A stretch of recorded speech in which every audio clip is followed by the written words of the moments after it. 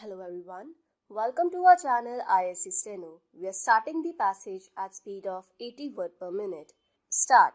The house will remember that there was some talk at one stage of a Commonwealth citizenship. Now, it was difficult to understand what the status of Commonwealth citizenship might be, except that it meant that its members were not completely foreign to one another. That unforeignness remains, but I think it is as well that we left off talking about something vague which could not be surely defined.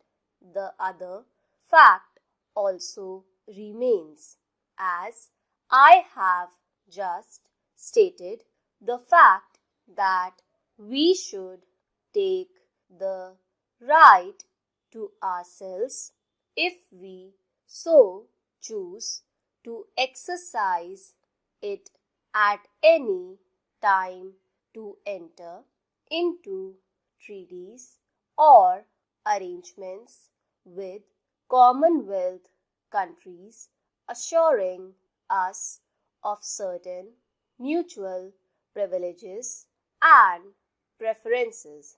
I have briefly placed before the House this document.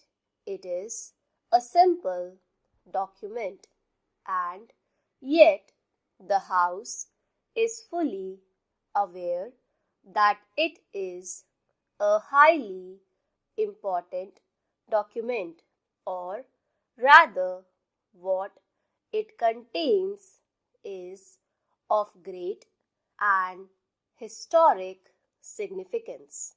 I went to this conference some weeks ago as the representative of India.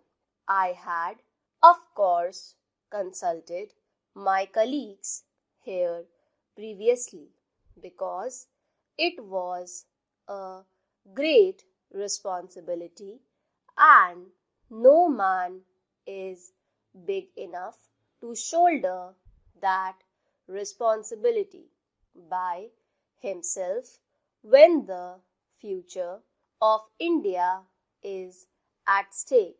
For many months past, we had often consulted one another, consulted great and representative organizations, consulted many members of this House. Nevertheless, when I went, I carried this great responsibility and I felt the burden of it. I had able colleagues to advise me, but I was the sole representative of India and, in a sense, the future of India. For the moment was in my keeping. I was alone in that sense, and yet not quite alone, because as I travelled through the air and as I was there at the conference table, the ghosts of many yesterdays of my life surrounded me and brought up picture after picture before me. Saints and guardians keeping watch over me, telling me perhaps not to trip and not to forget them. I remembered, as many members might remember, that day 19 years ago, when we took a pledge for the first time on the bank of the river Ravi. at the midnight hour of 26 January and how we took that oft repeated pledge year after year in spite of difficulty, and finally I remembered that day when, standing at this very place, I placed a resolution before this house. Let us not be led away by considering the situation in terms of events which are no longer here. You will see that the resolution of the Congress that I have read out says that because India becomes a republic, the association of India with the Commonwealth must, of course, change. Further, it says that free association may continue subject only to our complete freedom being assured.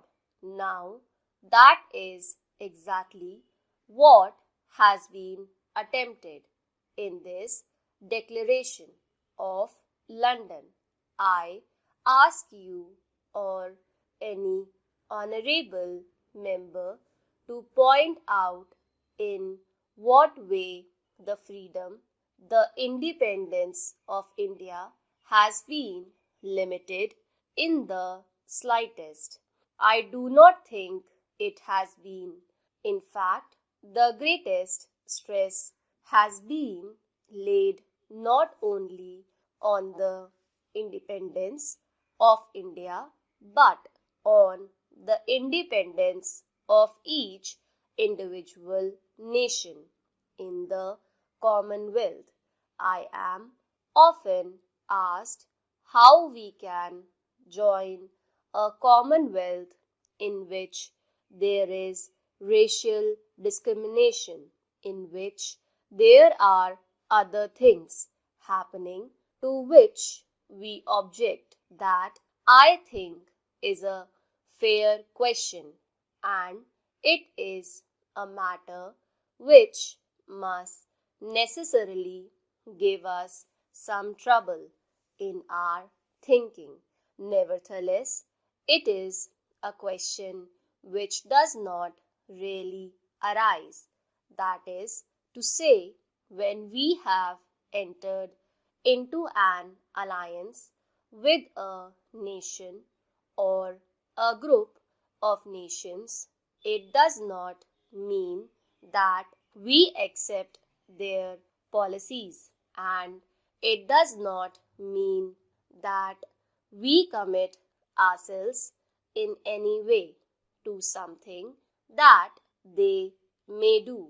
In fact, this house knows that we are carrying on at the present moment a struggle, or our countrymen are carrying on a struggle in regard to racial discrimination in various parts of the world. The House knows that in the few years, one of the major questions before the United Nations at the instance of India has been the question of Indians in South Africa. May I, if the House will permit me for a moment, refer to an event which took place yesterday, that is, the passing of the resolution at the General Assembly of the United Nations, and express my appreciation and my government's appreciation of the way our delegation has functioned in this matter, and our appreciation of all those nations of the United Nations, almost all, in fact, all bearing South Africa which finally supported the attitude of India, one of the pillars of our foreign policy, repeatedly stated as to fight against racial discrimination, to fight for the freedom of suppressed nationalities. Are we compromising on that issue by remaining in the Commonwealth? We have been fighting on the various issues, even though we have thus far been a dominion of the Commonwealth. Stop.